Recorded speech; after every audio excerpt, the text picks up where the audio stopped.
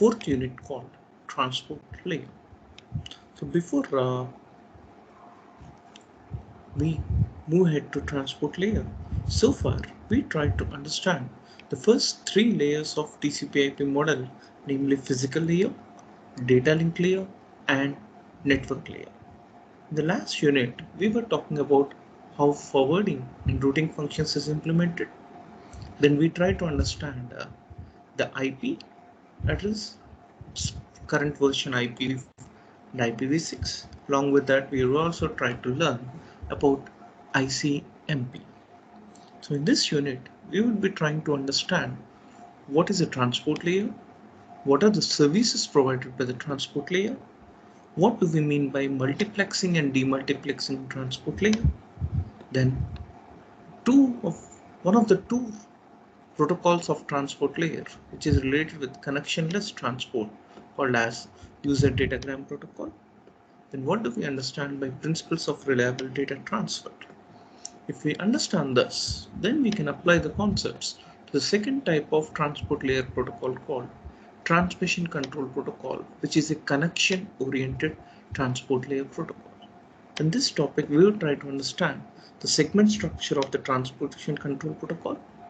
How do we implement reliable data transfer in TCP? Then what is a flow control mechanism in case of transmission control protocol? And what is connection management in TCP? After understanding this UDP and TCP, then we'll try to discuss the next important area of transport layer called what is a congestion and principles of congestion control. And after understanding the principles of congestion control, then we try to understand how do we implement congestion control in TCP.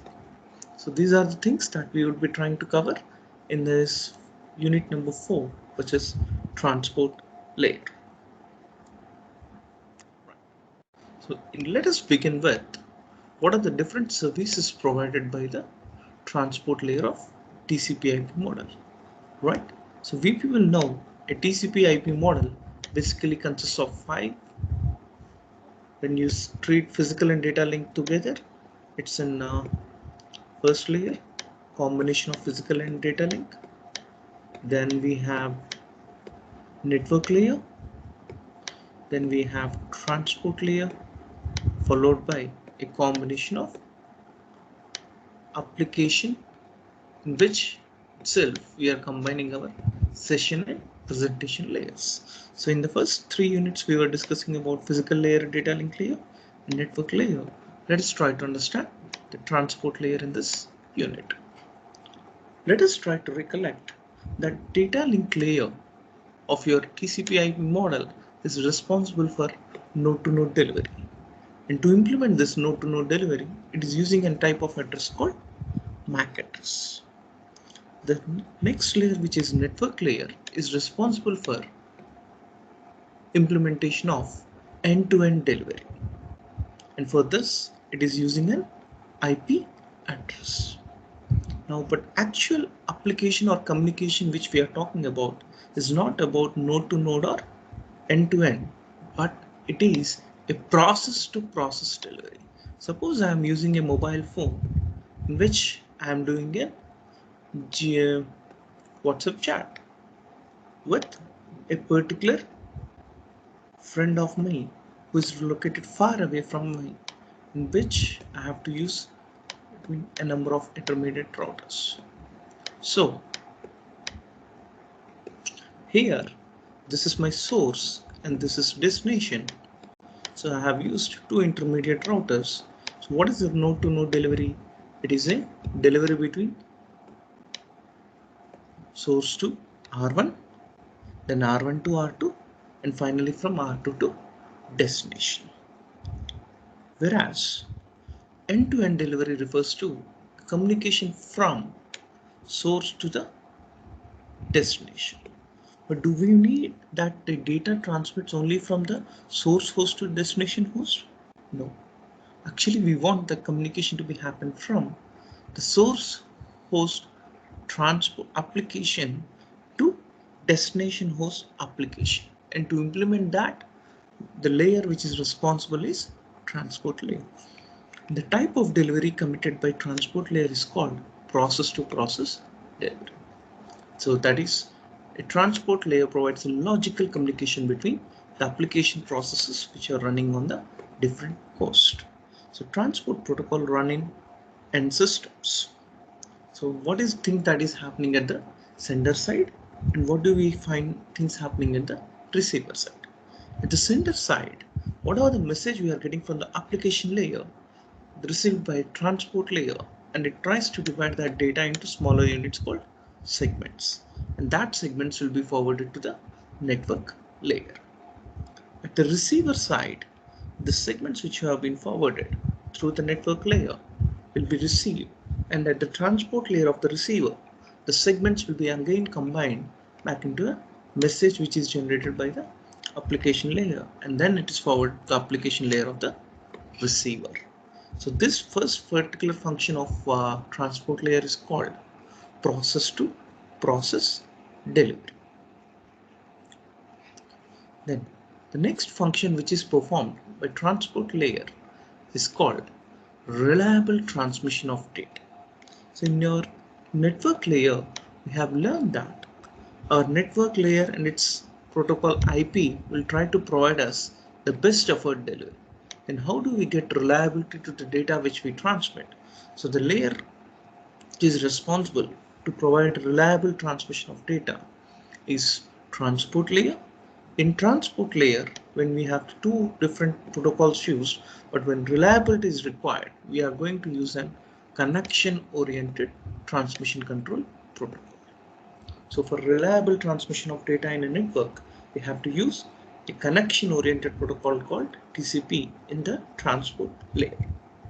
Now the third function which is performed by the transport layer is referred as the congestion control. First we need to know what do we mean by a term called congestion. Suppose we got a network of a limited capacity, but if the traffic which has been trying to travel through that network is very much greater than the capacity of the network, then that results in congestion. Now, how do we overcome that congestion? We refer them as congestion control mechanism. So transmission rate of the transport layer is controlled to avoid or recover from the congestion. So here we will be trying to understand what are the basic causes for the congestion and what are the different techniques we are going to use for controlling the congestion mechanism. Try to understand the relation between the transport layer and the network layer. As discussed in the beginning, if network layer is responsible for logical communication between the host, the transport layer is responsible for the logical communication between the processes.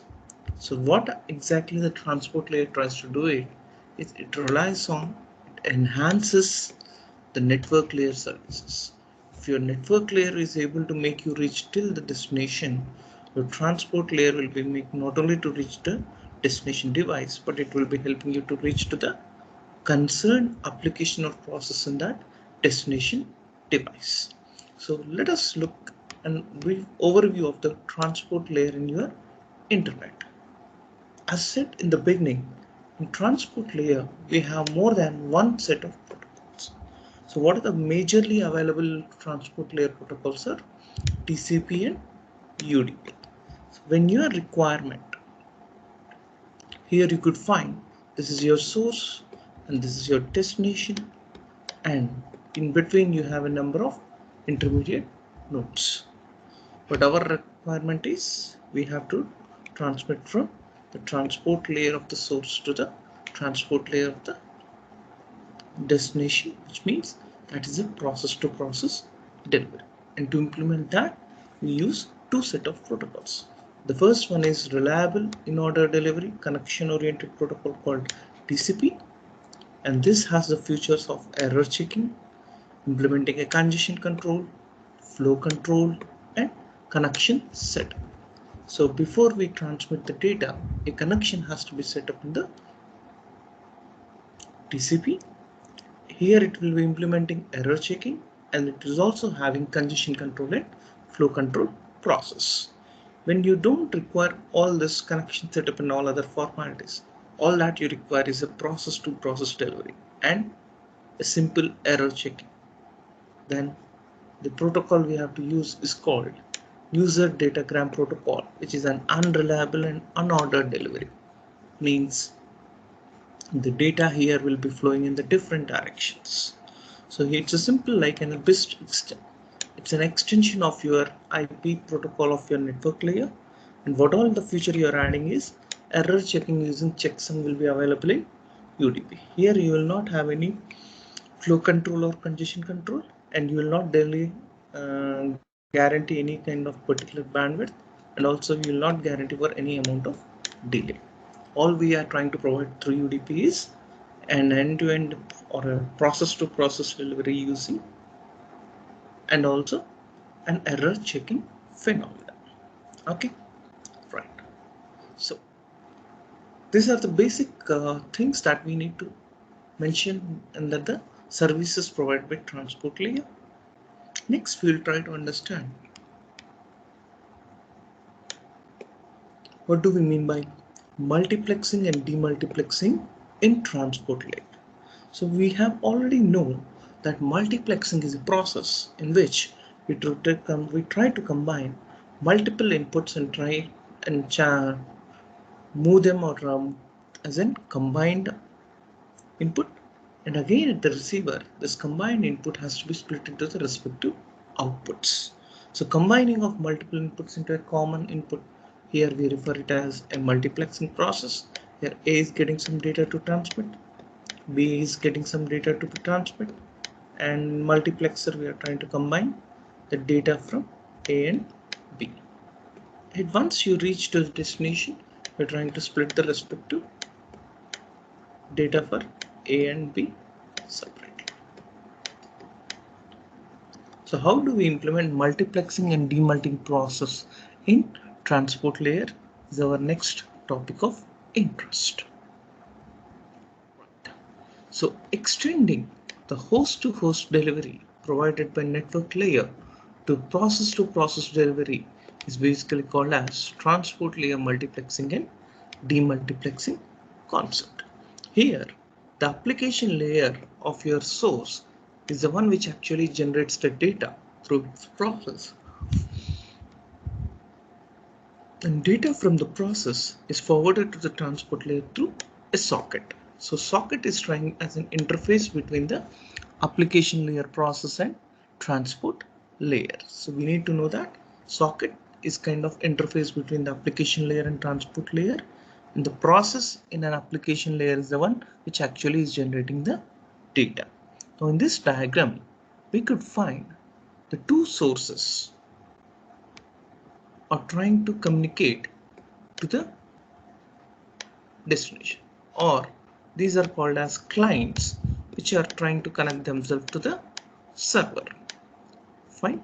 So it's a like client server communication. So both the clients are trying to communicate with the server, and the client 1 is trying to generate a data using a process P3, and through a socket it's forwarding the communication to its transport layer, and it is trying to transmit the data to the process P1 in your server application layer. Similarly, the client S2 is trying to communicate with the server, and the data process used in your client's S2 is referred as P4, and it is trying to communicate to the process P2 in your server. Now, just like we have MAC address and IP address in data link and transport layer, in our transport layer we use another type of address called as port address. So that will be trying to help you in implementation of process to process delivery. Okay, so we'll try to communicate from P3 to P1. Here this is going to have a port address called source port, and this is trying to communicate to application process P1, which will be having another address called destination port. Similarly with P4 is having a source port address, and P2 is going to have one more address in here, and we can define it as a destination port address. So P4 trying to communicate to P2 and P3 is trying to communicate to P1. Now you could find this particular point. Both the data P3 to P1 and P4 to P2 are trying to travel through the bottom layers of your server, and here is a multiplexing is happening. So the data of both this process communications are combined, and at the transport layer we are trying to divide the combined data into corresponding processes using their port numbers. Here we'll try to verify the port number. Accordingly, that particular segment will be forwarded to the concerned process. So this case, here you could find a multiplexing happening, and at this point you could find a demultiplexing happening.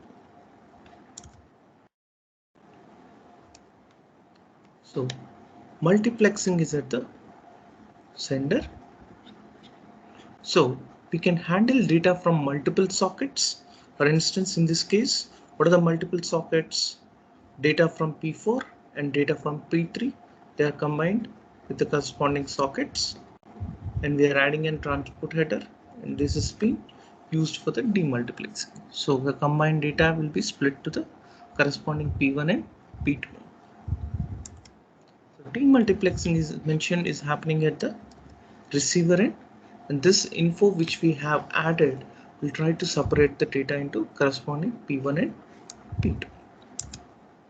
How a demultiplexing basically works at the receiver side. The host, that is the receiver or the destination host, receives an IP datagram in its network layer.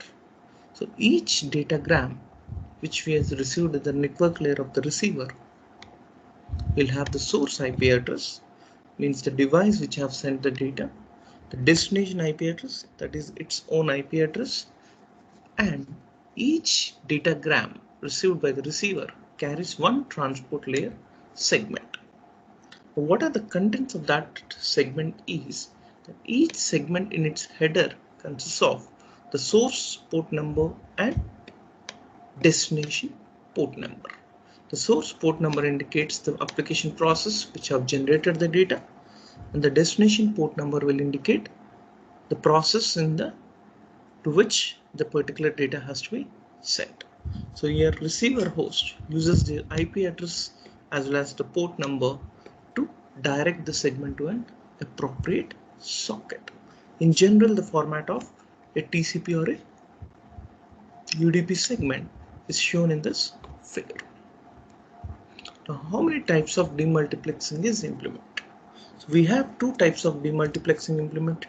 The first one is called connectionless demultiplexing, and the next one is called connection-oriented demultiplexing. So what do we mean by a connectionless demultiplexing and how it is different from connection-oriented multiplexing? Let us have a look.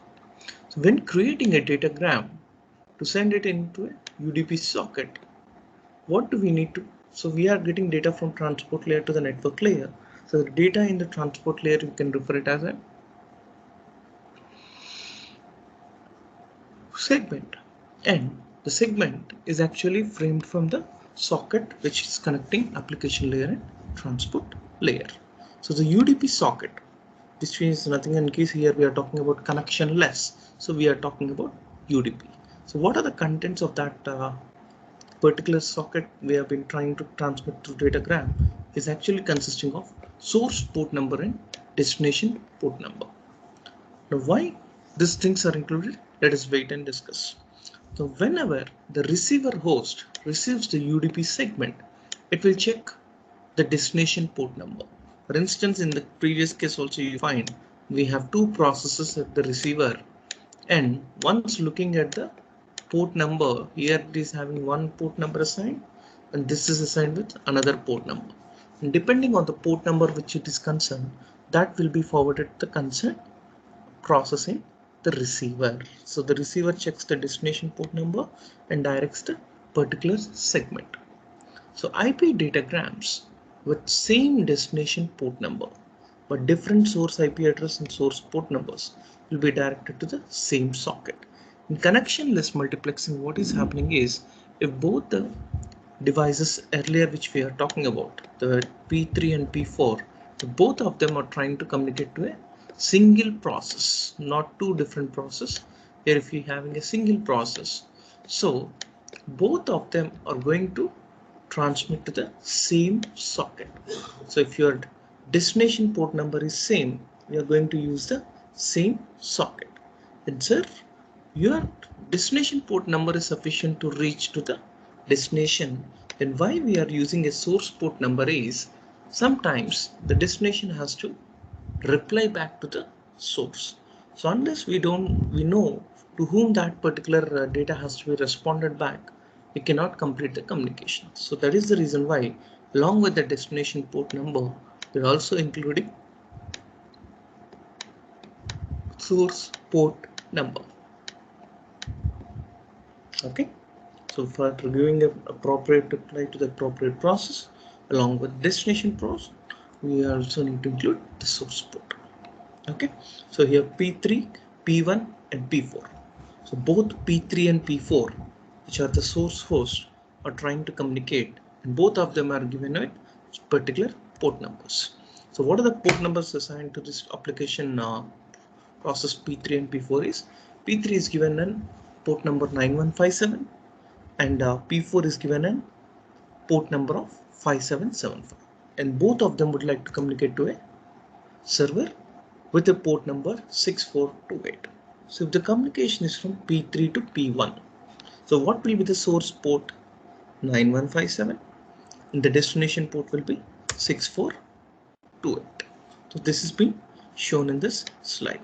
So 9157 is the source port, 6428 is the destination port. Similarly, if P4 is trying to communicate to P1, what is the source port? 5775. The destination port is 6428.